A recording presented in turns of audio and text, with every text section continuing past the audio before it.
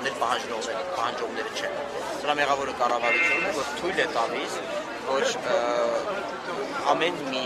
նման միջադեպ նա չբացահայտված,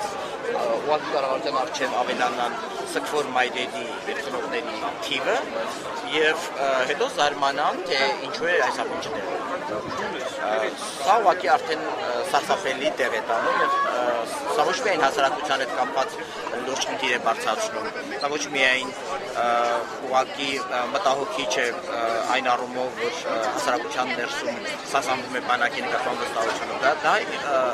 ամենաահավորն է, բայց սա նաև շատ լուրջ հետևանքներ է ունենալու հետագայում նոր զորակոչիկներ բանակ ուղղակի եւ այլ առումներով։ Այսպիսի դեպքերից հետո դու որևէ մեկին չես կարող մեղադրել, թե ինչու իրենք խուսափել են երեխային հաջողություն։ Չես կարող մեղադրել, մարդկայնորեն չես կարող մեղադրել։ Չես կարող մեղադրել, թե ինչու է